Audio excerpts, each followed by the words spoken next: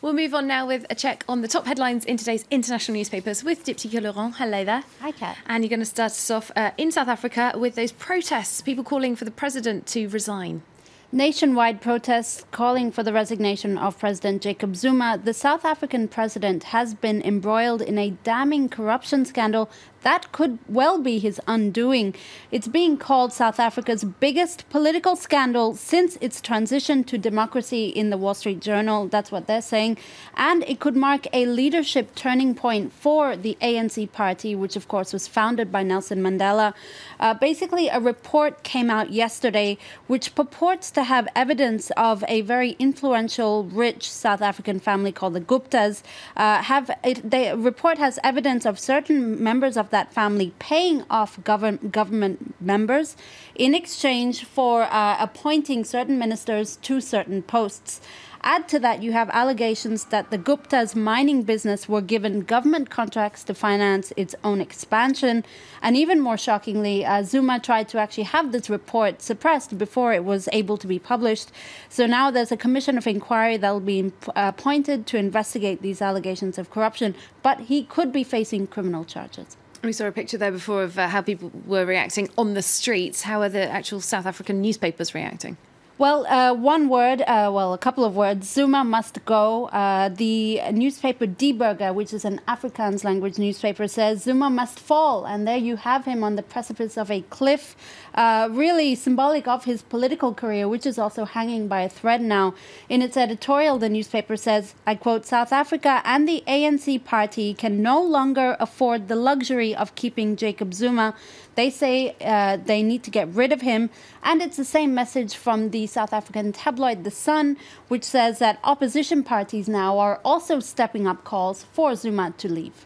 All right, the heat's on for Jacob Zuma. It's also on for Donald Trump and Hillary Clinton as we count down those final days to the American presidential election.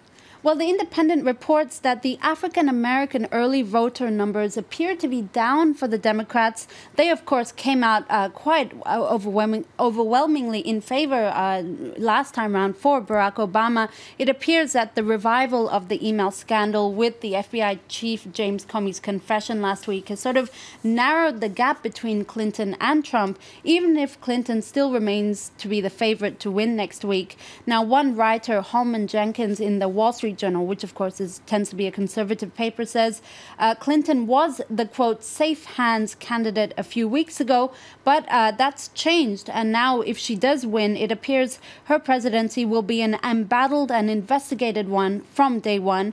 The bottom line is, as one journalist put it, Trump is still an underdog, but he's no longer a long shot.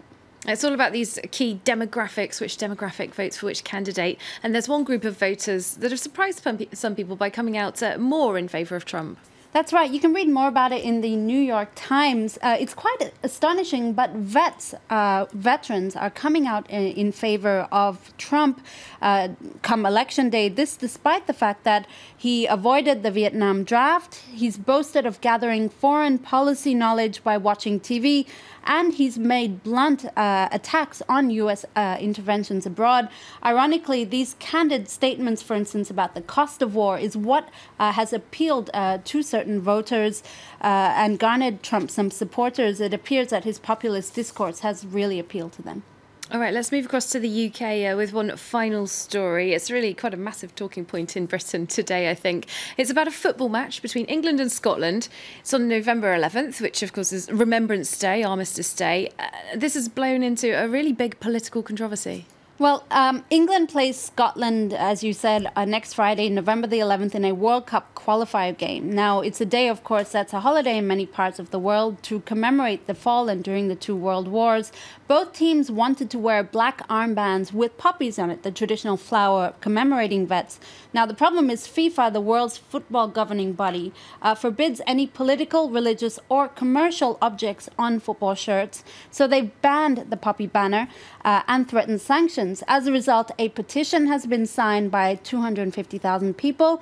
FIFA calling for FIFA to withdraw its ban, British Prime Minister Theresa May actually told FIFA to sort its own problems out before taking on the puppy. And both England and Scotland say they'll define the ban come what may next Friday. Yeah, because they say it's not a political thing. This is something else. It's a remembrance. It's a remembrance, exactly. And this is what this writer in the Guardian says, I quote, "If the whole point of Remembrance Day is one of quiet individual contemplation, then this row seems quite the opposite of that." All right, interesting indeed. Have to wait and see how that one spins out. Thanks very much. Diptyque Laurent there taking us through some of the top stories in the international papers today.